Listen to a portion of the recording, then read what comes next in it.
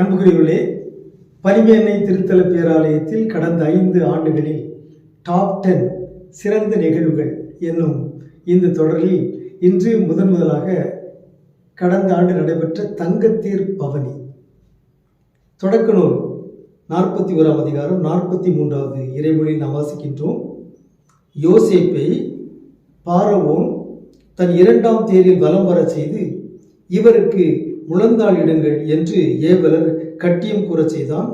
இவ்வாறு எகிப்து நாடு முழுவதற்கும் அவரை அதிகாரியாக்கினார். ஆகவே விவிலியத்தில் முதலாக தேரில் பவனி வந்த மனிதர் இஸ்ரேலர் யூதர் என்கிற பெருமை யோசேப்புக்கு கிடைத்தது. அவரை பார்வோன் மன்னன் தங்கத்தேரில் பலம் வர செய்து எல்லாரும் அவருக்கு முழந்தாளில் நின்று கட்டியம் கூற செய்தார் என்று நாம் வாசிக்கின்றோம். நம்முடைய பனிமய தாயின் திருத்தல பேராலயத்தில் 16வது தங்கத்தேர் பவனி 10 ஆண்டுகளுக்கு பிறகு கடந்த ஆண்டு நடைபெற்றது. அது பனிமய தாயை மகிழ்ச்சிப்படுத்துவதற்காக அல்ல, பனிமய தாயின் பிள்ளைகள் தங்களுடைய அன்னையை தங்கத்தேரில் பவனி வர செய்து தாங்கள் மகிழ்ச்சி அடைவதற்காகத்தான். நமக்கு தெரியும், அன்னை இந்த நிகழ்வினால் மகிழ்ச்சி அடையப் போவதில்லை, அன்னையும் பிள்ளைகள் மகிழ்ச்சி அடைகிறார்கள். எனவே அவர்களுடைய மகிழ்ச்சிக்காக இந்த தங்கத்தேர் பவனி நடத்தப்பட்டது. 16வது பவனி. அது மட்டுமல்ல, இந்த 16வது தங்கத்தேர் பவனிக்காக புதிய ஒரு தேர் 75 விழுக்காடு தேர் புதிதாக செய்யப்பட்டது. காவல்துறையின் அறிக்கையின்படி ஏறக்குறைய 2 லட்சம் மக்கள் அந்த நிகழ்வில் பங்கேற்றார்கள்.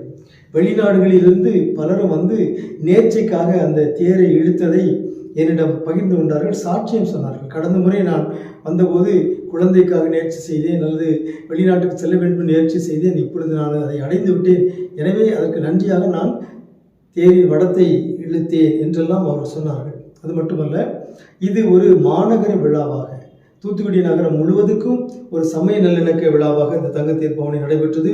எல்லா மக்களும் கலந்து கொண்டார்கள். அமைச்சர் திருமதி கீதா ஜீவன், மாவட்ட ஆட்சித்தலைவர், மாவட்ட காவல் கண்காணிப்பாளர் அனைவரும் உரிமையோடு அதில் கலந்து கொண்டார்கள். அதை சிறப்புற செய்தார்கள். அந்த விழாவுக்கு ஒத்துழைப்பு கொடுத்தார்கள்.